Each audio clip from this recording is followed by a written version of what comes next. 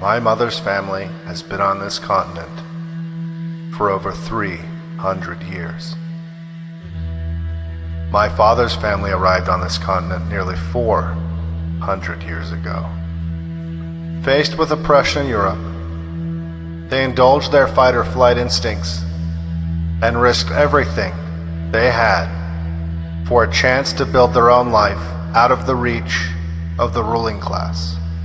My family, those that survived the long months' journey across the sea, and the harsh winters that awaited them in the wilderness they set out to tame, were adventurers and pioneers.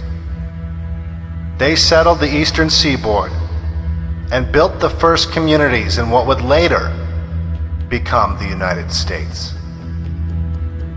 With their bare hands, they carved towns and cities out of the earth that still stand today. As life became easier, the softer men arrived, and a new establishment began to grow in these cities. My family grew uneasy with the influence these velvet-gloved aristocrats had, and chose once more to venture into the wilderness to escape. Again they traveled west, sometimes on foot, for hundreds of miles through dangerous uncharted lands that claimed the lives of many of them. When I was a boy, my grandfather shared with me the journal of his great-great-grandfather, who was one of these men, a pioneer that had led settlers across the North American continent. It was startling to read how frequently and easily he recorded the death of a family member, including his own children, lost to disease or the elements or some combination of the two. Death was the price of freedom for many of these ancestors of mine, and they paid it without hesitation. When I was young, I had the opportunity to visit the remains of a cabin that my great-great-grandfather had built with his own hands. The same harsh climate that had claimed the lives of 3 of his children had reduced the cabin to its foundation over the years, but I was still able to walk on the same dirt floor where my great-grandfather played as a child and look at the same forests and mountain ranges he saw every morning as he started his day in the land that his father had tamed. Land that my family has fought in war after war to defend. Land that they settled from coast to coast, east to west. And now here I stand, a descendant of these men, a man whose family predates this nation by over a century. And I'm told that all of this means nothing, that we are just a nation of immigrants.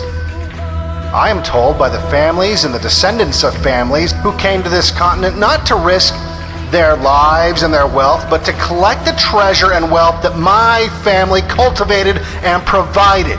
Families that rode gently down the river of my family's blood, that I am an immigrant, no different than they are.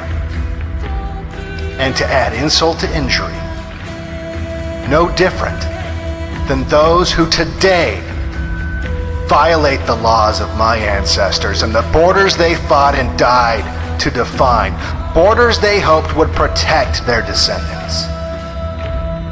And as they seek to distort the history of my people, as they blame my family for slavery, a practice none of my ancestors participated in, and if they did, it was they who were the indentured servants, not the masters. As I see these carpetbaggers and these locusts come to harvest the fields my family plowed for centuries, I feel, because it has been bred in my bones, the need to once again venture out into the wilderness to escape the leeches. But there's nowhere to go. We can no longer flee to the west. We cannot act as our ancestors did by abandoning the cities we built to the parasites who have arrived, fleeing our communities and allowing them to feast upon the fruits of our labor while we search for new frontiers to tame and flee to preserve our freedom. We have been desperately looking for a solution to this growing feeling inside of us. The same feeling that drove our ancestors across the Atlantic and then across the continent. An anxiety that drives the wild animal within to risk self-harm, to escape imminent danger when the chances for survival begin to drop dangerously near zero. There is nowhere to go this time.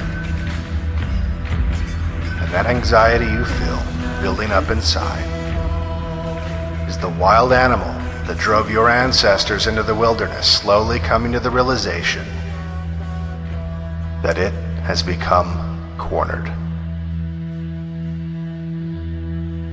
For Black Pilled, I'm Devin Stack. If you like my videos, make sure you like and subscribe. Make sure you share. You can also help out by picking up a copy of my new book, The Day of the Rope. The link is in the description. Or you can go to patreon.com/blackpilled and become a patron.